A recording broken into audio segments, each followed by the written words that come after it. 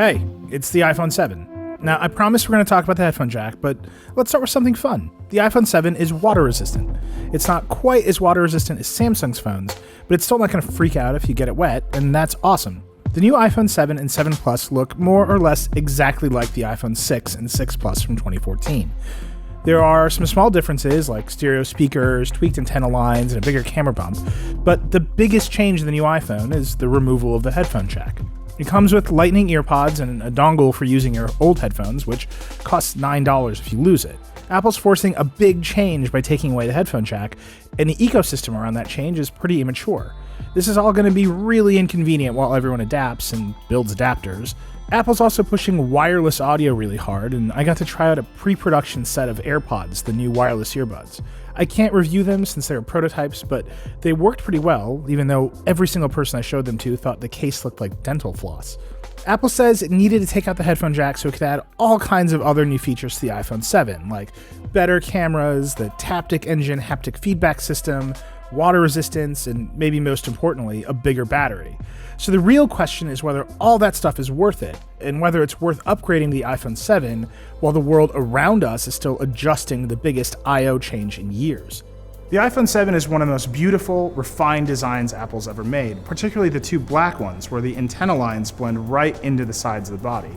But let's be honest, the second you stick this thing into a case, it looks just like the iPhone 6. The Galaxy Note 7 might have problems with exploding, but from a visual design perspective, Samsung's definitely pulled ahead this generation. Inside the case, these are completely new phones though, with a bunch of interesting ideas.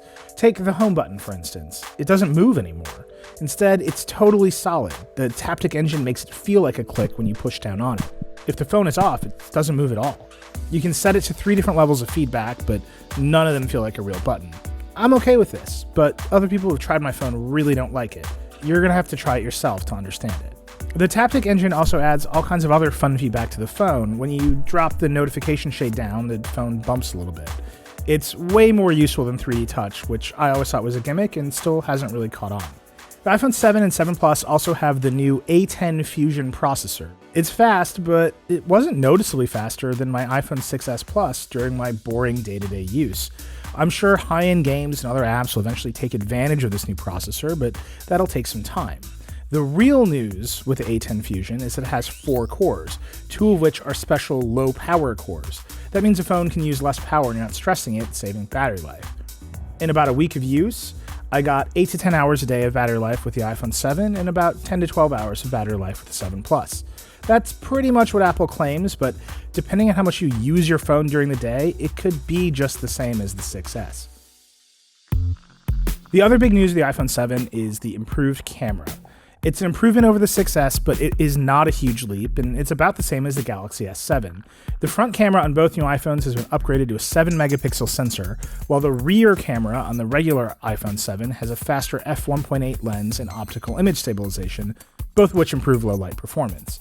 And the 7 Plus has a radical dual camera system on the back with 2 12-megapixel shooters, a wide-angle lens and a telephoto lens.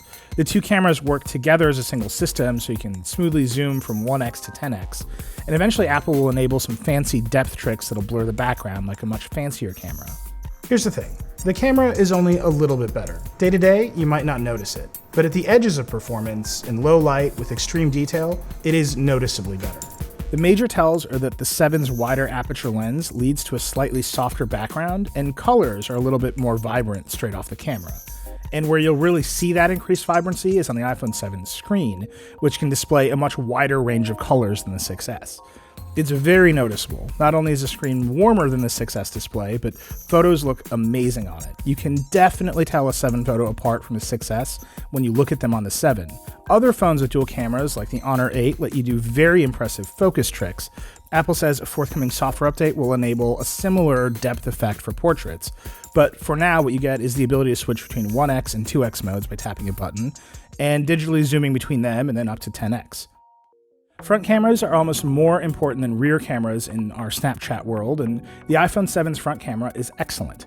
It's not quite as wide angle as Samsung's cameras, but it's bright, it's sharp, and the Retina flash is still a terrific idea. The new iPhones run iOS 10, which is a terrific upgrade over iOS 9. It has a slick new version of iMessage with all kinds of new features, a new version of Siri that can be extended by third-party apps, better integration with smart home devices, and a ton of other new stuff. Of course, you can get iOS 10 on any recent iPhone, so it's not worth buying a whole new phone just to get it, but it's definitely worth upgrading in general. The world just isn't ready for the iPhone 7. The most interesting feature of the dual camera doesn't ship at launch, apps haven't been updated to use that Taptic engine, the entire ecosystem of new headphones and adapters required to make use of Lightning and wireless audio is just getting off the ground. Right now, using the iPhone 7 in a case feels just like using an iPhone 6S with a weirder home button and more dongles. It's kind of like Apple shipped a prototype of next year's iPhone disguised as an iPhone 6. That's not all bad. The iPhone 7 is a terrific phone with a great camera and a gorgeous display. If you need a new phone right now, sure, buy one. The iPhone 7 starts at $649 for 32 gigs of storage and goes all the way up to $969 for a 7 Plus with 256 gigabytes of storage. But unless you're excited to live that early adopter life, you won't be missing out on much if you wait another year. Look it up. Perfect. What you want is pointing at the camera. Hey! So much fun shooting. So good. One more, the brightness needs to come down.